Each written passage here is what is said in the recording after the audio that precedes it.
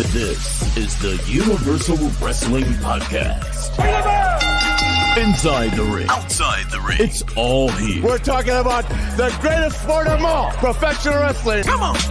And now, here's Nick and Keith. Welcome back to the Universal Wrestling Podcast. It is your boy Keith. Do not adjust the camera. It's just me today. Nick's off for a couple of days. Him and his wife did have their baby boy. Recovering real well. Little sleep deprived. Changing a whole lot of diapers, so he didn't have a whole lot of time to jump on here. But, dude, it's a double pay-per-view week. There's no way the UW pod could just leave that hanging with nothing else going on. He took up the reins solo while I was out with my baby boy. Only makes sense that I do the same here. So, what we're here to talk about today is the only thing anybody's talking about in wrestling that's not someone from Chicago with a bunch of tattoos all over him. Talking about our predictions for both WWE Night of Champions coming from the glorious city of Jeddah, Saudi Arabia, as well as our predictions for AEW Double or Nothing coming from the land of sin, Las Vegas, Nevada. Talked to Nick in between changing those diapers. He sent me his predictions. I have my own. I'm not going to lie to you guys, not a whole lot of difference here with everything, but let's just get right into it. We're going to start out with WWE's Night of Champions. So a little different this year. We had some kind of questions going into it at first because Night of Champions is supposed to be when all the championship belts are being defended. A little bit of a snafu there going on with the women's tag belts. We're not going to go there today, but they can't be defended anyway. And we weren't really sure if KO and Sammy were actually going because Sammy has historically not been all about Saudi Arabia, but things change, people change, lives change, so we do get a KO match here. We're going to jump right into it. So first match we're going to talk about here, we got Seth freaking Rollins versus AJ Styles in the finals for the brand new WWE World Heavyweight Championship Tournament. No surprise here. Nick and I both got Seth Rollins going over. I mean, it doesn't make a whole lot of sense for AJ to win this title while he's on SmackDown now, while it's going to be a Raw title. Doesn't make sense to get him to switch brands. Plus, if he's going to switch brands, you got to switch the whole OC or else they're going to go back into nowhere. So, got to go with Seth here. Makes the most sense. Guy deserves it. He's been a workhorse for forever. Only makes sense to give him the title. Nothing against AJ, but he's got other battles to fight on later days. So, both got Seth going over here. By the way, all of that nonsense there, that is my reasoning for everything. I cannot speak for Nick. He gave me who was going to win. He's got his own reasons, I'm sure, but that's kind of where I'm coming from with it. Next up, we got what is quickly becoming a big-time crazy grudge match, and I wouldn't be surprised to see this change up and get some kind of stipulation before the day actually shows up, but we got Cody Rhodes versus Brock Lesnar in a singles match. Again, for now, I think something's going to ramp up with there. And this is actually one of the spots where me and Nick differ. Nick's got Cody going over here. I got Brock going over here. I know the whole thing they're pushing and have been pushing is, you know, Cody's got adversity and he's got to push through and all that. And I don't necessarily agree with all that, but I do think they're going to try to milk Brock and Cody for a little while here. So I think Brock goes over here to push it into a third one as a rubber match and everything. And then we kind of go from there. So I got Brock. Nick's got Cody. We'll see what happens. We're all going to win in that one. It's going to be a brutal affair, I'm sure. Next up is the one I kind of led off talking about here. We got the undisputed WWE Tag Team Championships up for grabs from the defending champions, KO and my boy Sami Zayn, going up against the Bloodline, in this case represented by the Tribal Chief, Roman Reigns, and his enforcer, Solo Sikoa. Again, we're both going to agree here. This might be a little bit more hard overhead, but KO and Sammy have to retain. You gave him that huge moment. You can't have him drop it in Saudi Arabia, especially with it being Sammy's first time here. And quite frankly, as much as I have been enjoying the Bloodline storyline and was one of the only people that was like, oh no, Roman's got to win at WrestleMania to keep the Bloodline story going on, this isn't the right time to keep that going.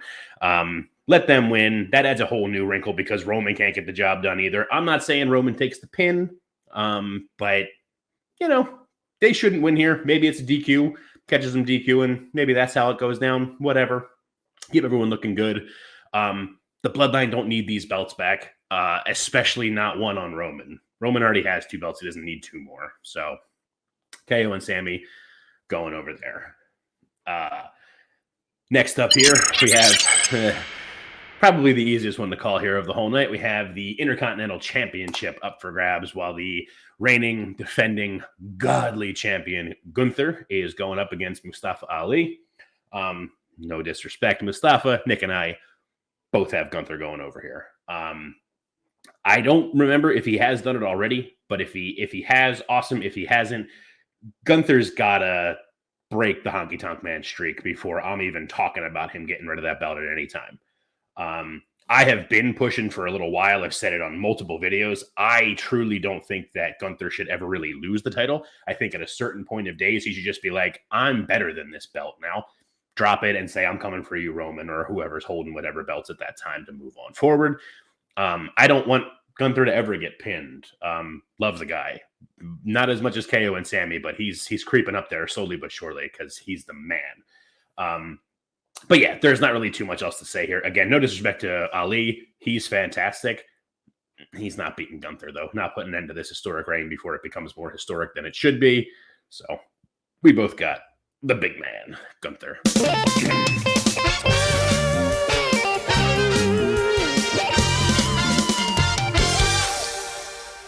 Next up, we got the first of 2 women's championship matches. So first, we're going to start out here with the Raw Women's Championship on the line as the reigning defending Bianca Belair takes on Asuka. This is another one here where we have some differing opinions. Nick is going for Asuka to upset Bianca. I'm going for Bianca to retain. I just think if you're not going to have Asuka win at WrestleMania over Bianca, you can't give her that win in Saudi Arabia out of nowhere.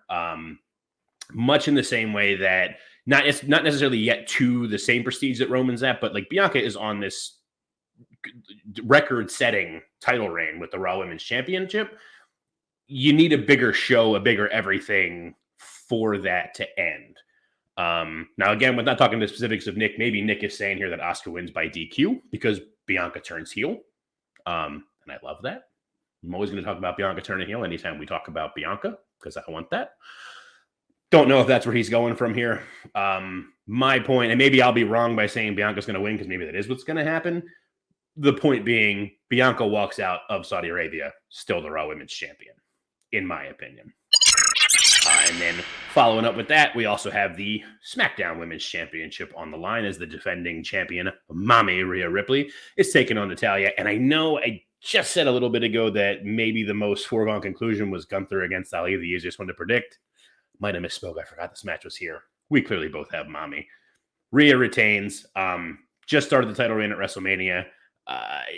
No offense to Natty again. She's been there forever. She's got a lot under her belt and everything. She's a solid hand. She trained Ronda Rousey for her first couple matches. Big integral part of that and everything, whatever your opinion is there. Natty's not the one to topple Mommy, especially this early. The run that Rhea has been on, especially since adding Dom Dom into the mix, it's not time to lose it. And even if it were time to lose it, Natty is not the one to take it, unfortunately. Sorry, Natty, but Rhea's retaining here. And then finally, we have another kind of grudge match going on here. Becky Lynch taking on Trish Stratus.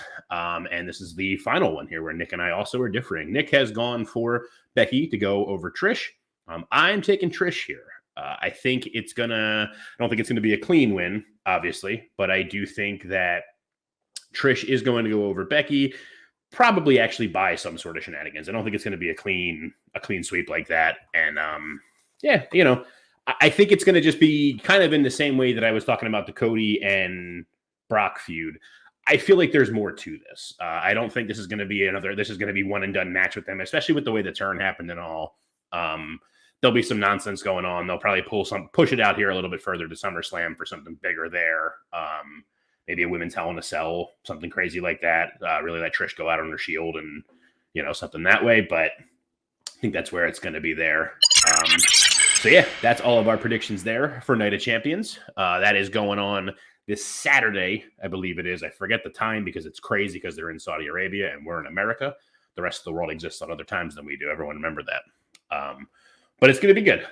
Check out the rest of the Bloodline Entertainment Network here for all sorts of other predictions, content. I'm sure there's going to be a watch along as well.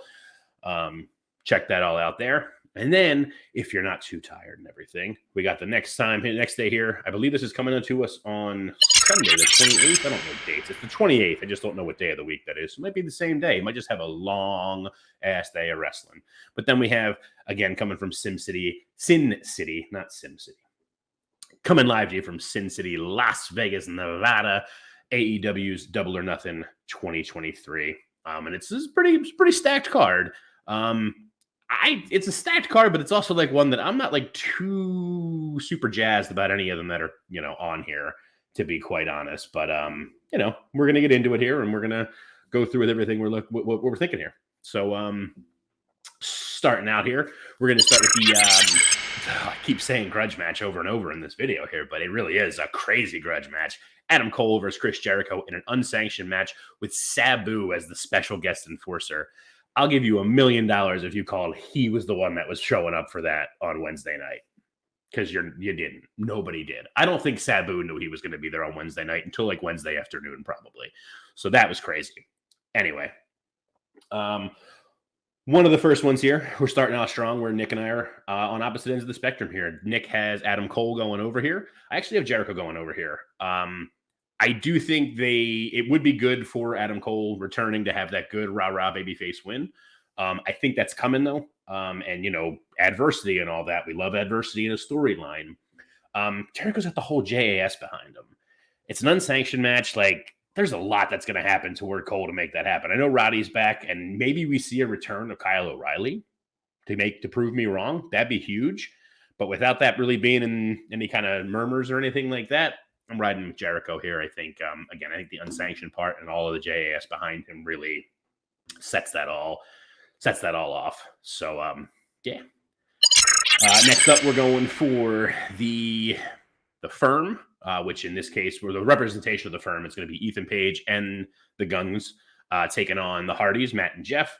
And it was supposed to be Isaiah Cassidy, but he's still hurt. So now it's going to be Hook. So Hardy Party versus the Firm. If the Hardys win, Ethan Page's contract gets taken over by the Hardys. Nice little 6-man tag. Nothing a little bit crazy here. Yeah, we're on opposite ends of the spectrum here again. Matt's got the Hardys going over. I think the Firm is actually going to take it. I think I don't really feel. I'm not feeling the pairing of Adam Page with them, or not Adam Page, Ethan Page with the Hardys so much. They had their thing going on when like Matt was forced to be in with the Firm and everything like that. But since Jeff's return, then they're kind of doing their own thing with Isaiah and all that. I don't really need Ethan Page around. Plus, I feel like if it happens, it eventually turns Ethan Page face, which I don't need. I want Ethan Page heel forever. Ethan Page is such a good heel. Keep him that way. Maybe not a clean win again, but Ethan and the Guns going over here, in my opinion. Nick's got the Hardys. So next up then, we have the TBS Championship match as the dominant defending champion Jade Cargill is going one-on-one once again here with Taya Valkyrie. Another one here where are we? Yeah, no, not one. Not one where we're differing. We both got Jade going over here. Nothing but love in the world to Taya Valkyrie. She's been probably the only person up to this point that has seemed like a legitimate threat for the TBS Championship. There's a very good chance we're both wrong. Actually, that's how good she's been leading up to this. I don't think she's the one to take it. I'm in the boat that it should have been Willow months ago. But what do I know? I'm a dude in a room, not someone who owns a company. So leave that aside. I'm also still holding out so much hope that Jordan Grace is going to show up one day and just murder Jade, and she's going to be the one to dethrone her. That would be huge because that's what I want in the world. But can't all have what we want. But either way, it's not time for Jade to drop it yet. I mean, maybe it actually is, but I don't think Ty is the one to take it. She could be, but I don't think it's the time. I don't think it's happening. Neither does Nick, quite frankly.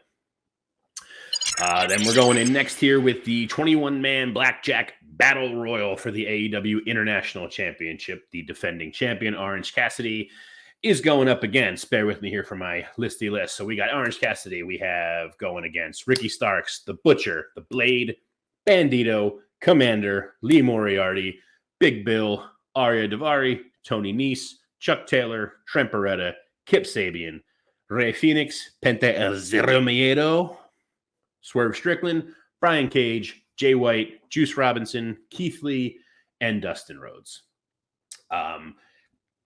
Nick went, in my opinion, Nick is swinging for the fences. It's a bold choice, and I really like it. He's got Ricky Starks taking it here. And I would love that. Would absolutely love that. But I'm sticking with the champion retainer. OC is going to retain. Orange Cassidy is going to keep the belt. I think he's keeping it just because I don't feel like we've gotten enough anything going on with anyone who's held the international / all Atlantic championship at any point. We haven't had like a full-on champion. We haven't seen it really enough. OC's definitely done a way better job here, like defending it kind of on like a weekly basis. But like, I feel like if you're going to have it, especially the way AEW runs, where like there are people go kind of everywhere. They're not WWE, where it's like you're in WWE, you work for WWE, you have to get, permission from God to have Shinsuke Nakamura go over to Noah for a couple of matches. Like, no, AEW guys show up everywhere all the time. I think that is one of the cool things about the international title, is that it should be something where Cassidy goes to like a show in Germany and loses to, I don't know who. I hate to, I don't have all of the international wrestling knowledge, but, goes overseas and loses it overseas because it's international. I mean, I wish the Intercontinental title could do that too in WWE, but that's not how they work. But because you can do that in AEW, that's how it should be. Not losing it to, someone else who's ostensibly American also in America. Doesn't really make it too international. Like, go overseas, go do something somewhere else. Because then it helps with like storylines too on TV. All of a sudden Orange Cassidy shows up on Dynamite without the belt, and they're all, people that aren't keeping up on the rest of the scene are like, what happened? And then you get that clip like, oh, here he was at WXW, or here he was at Progress, losing it to someone in England, whatever. Here he was at Noah and he lost it here, whatever it is, and help bring that all in. But yeah, so I got OC retaining. Nick's got Ricky Starks. Again, I would love it if Ricky Starks came out there. There's quite a few dudes in here that I would love to see to take it. But I don't think it's happening. I think OC's retaining. Nick thinks Starks, which would be huge. Next up, we got the AEW TNT Championship on the line in a ladder match, as the defending champion Wardlow, backed by Arn Anderson, is going up against Christian Cage, being backed up by the despicable Luchasaurus.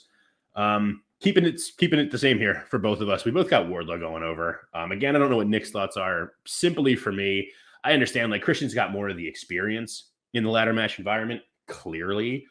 But if they take it off Wardlow here, they might as well just release Wardlow, because what the hell are they doing? The guy has had, this is his, I don't know if anyone else has like fathomed this, but right now he's holding the TNT title for the third time. That's dumb. No one remembers his first reign. I can barely remember who he lost it to. Then he lost it to Samoa Joe. That was the most memorable part of it, was when he started feuding with Samoa Joe for it, and he lost it right away when that feud started. He wins it back. He lost it to Hobbs 3 days later. Like, what?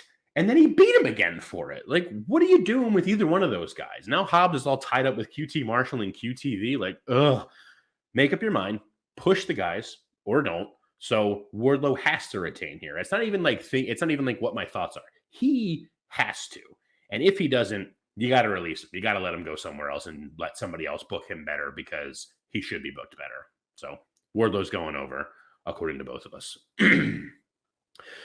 Next up, then, we got the tag team match for the AEW World Tag Team Championships between the defending champions FTR going up against Jeff Jarrett and Jay Lethal, who have a host of villains at their side, with Karen Jarrett recently debuting, Sanjay Dutt and Satnam Singh.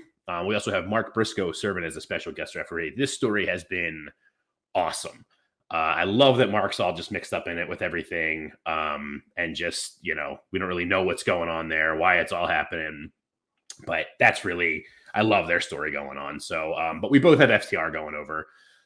There is a part of me that just wants to see the world burn and have Jarrett and Lethal win, because I think Jarrett winning a world championship, even a tag championship in 2023, would set the world on fire. I would certainly be pissed about it too, but I would love to see it. There's a part of me that's just an agent of chaos that would love to see that happen, but I don't think it's actually gonna. Both got FTR here. Yeah. Ooh, doing the solo is tough. Anyway, moving right along here. We got the singles match for the AEW Women's World Championship, with the defending champion Jamie Hayter going one-on-one against Toni Storm. No questions asked here. We both got Jamie Hayter going over. She is too over to drop the title to Toni Storm just to advance this outcast everything. You know what I mean? There's a part of me that does think it would be good for a storyline for Toni to win it and then start some infighting between her and Ruby and Saraya over it, because, they're outcasts, but now one of them's a champion. There's going to clearly be some jealousy and all that kind of nonsense, but I don't think it's happening here. I think Hayter retains because I think, honestly, the person who eventually takes it off of Hayter is when Britt finally turns her back and turns on Hayter, and then they get to feud. I just want that feud to happen, so Hayter can't lose it yet because that needs to happen. Plus, dude, listen to the crowd. Hayter is still beyond over, so got to keep her that way. Keep the title on her. Tony will get her time later on down the line.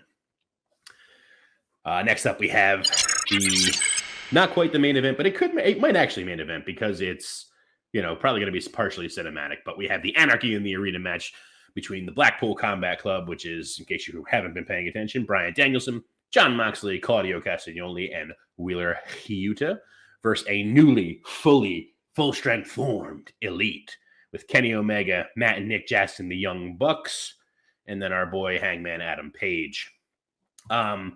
This is one we're differing on here. Nick's got the BCC going over, and I completely understand why he does.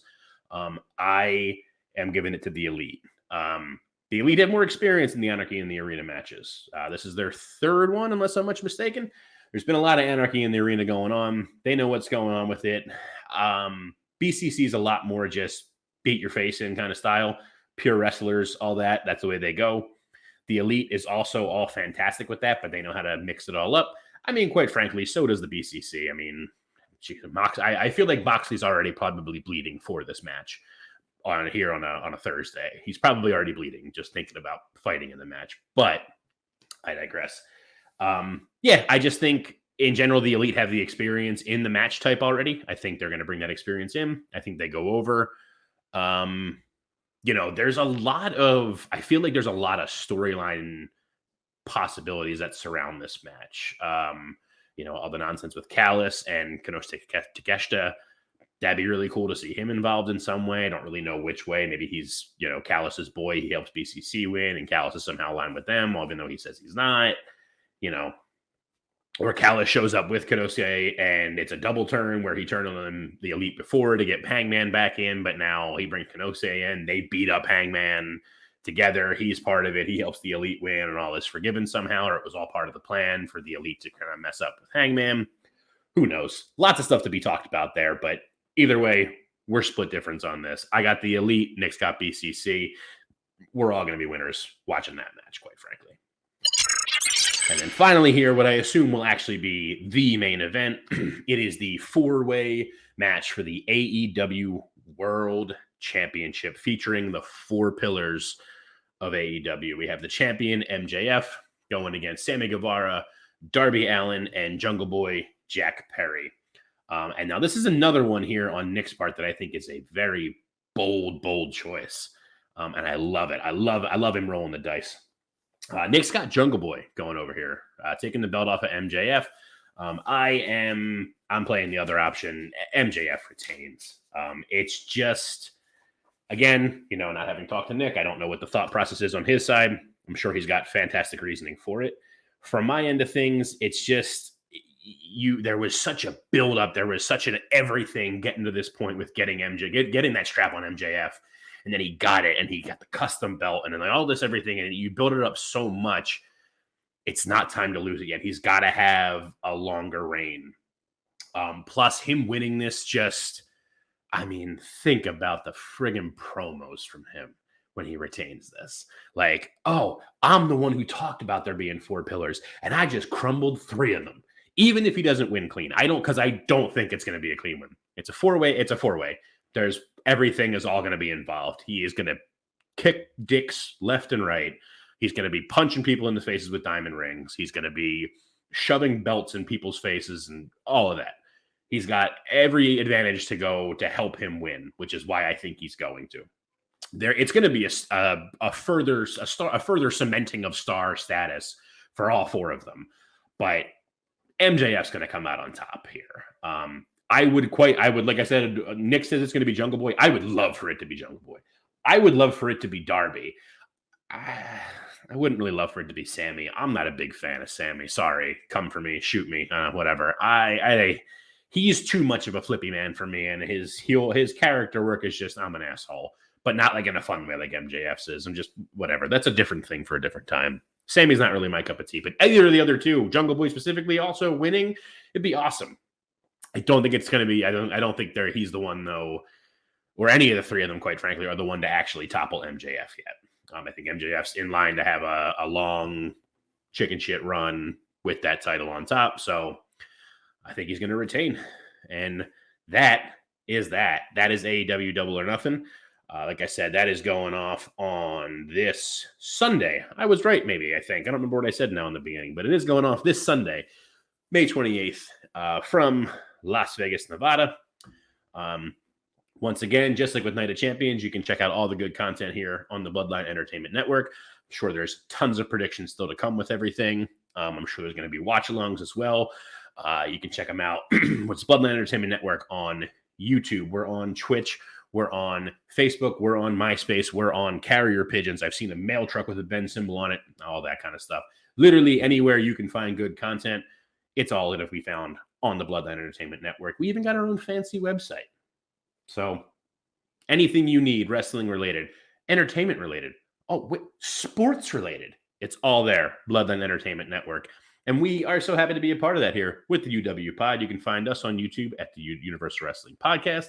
You can find my good boy Nick there over on Twitter at the UW Pod. You can find me personally on Twitter at Keith of the Ring. Also on the Instagram at the UW Pod. And we're so stoked to be part of have our boys, the Aussies, the Down Under Men, the Brocast, joining the team here. They had a great couple of videos recently. Look forward to more of their content. That's everything for this weekend. Hopefully you guys didn't hate me riding solo. If you did, I promise he'll be back soon. But before I go, congratulations to Nick. Congratulations to all of us who are going to win this weekend with double pay-per-views and fantastic matches.